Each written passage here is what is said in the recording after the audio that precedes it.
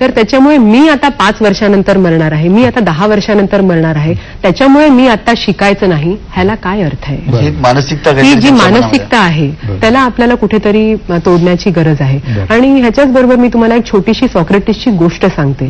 तर सॉक्रेटिस हे जे फिलॉसॉफर होते, ग्रीक फिलॉसॉफर होते, आणि त्यांना पॉइझन दिलं गेलं, हेमलॉक दिलं गेलं, आणि त्यांना कारावासात ठेवलं गेलं, आणि त्यांच्या बरोबर बरेचसे आजूबाजूला लोक होते.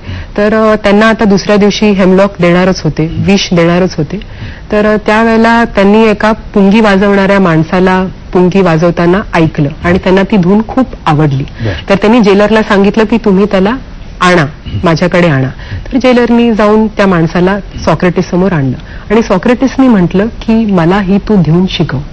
तर आजूबाजूचे जे लोक होते ते खूप आश्चर्यचकित झाले आणि म्हणाले की तू उद्या मरणार आहेस, तर तुला आज ही धून शिकायची आहे. तर त्यावेळेला तो म्हणाला की I do not want to regret not having learn this tune.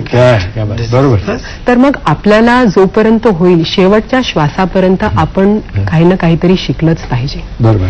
निराधार जे ज्येष्ठ आहेत बरं का, त्यांना त्यांच्या हक्काची किंवा त्यांच्या कर्तव्याची जाणीव करून देण्यासाठी तुम्ही काही शिबिरं, गेट टुगेदर करता का? हो, असे आम्ही शिबिरं आणि गेट टुगेदर बरेच ऑर्गनाईज करतोय.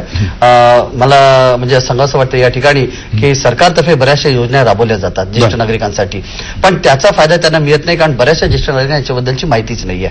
आता एक उदाहरण मी देऊ इच्छितो.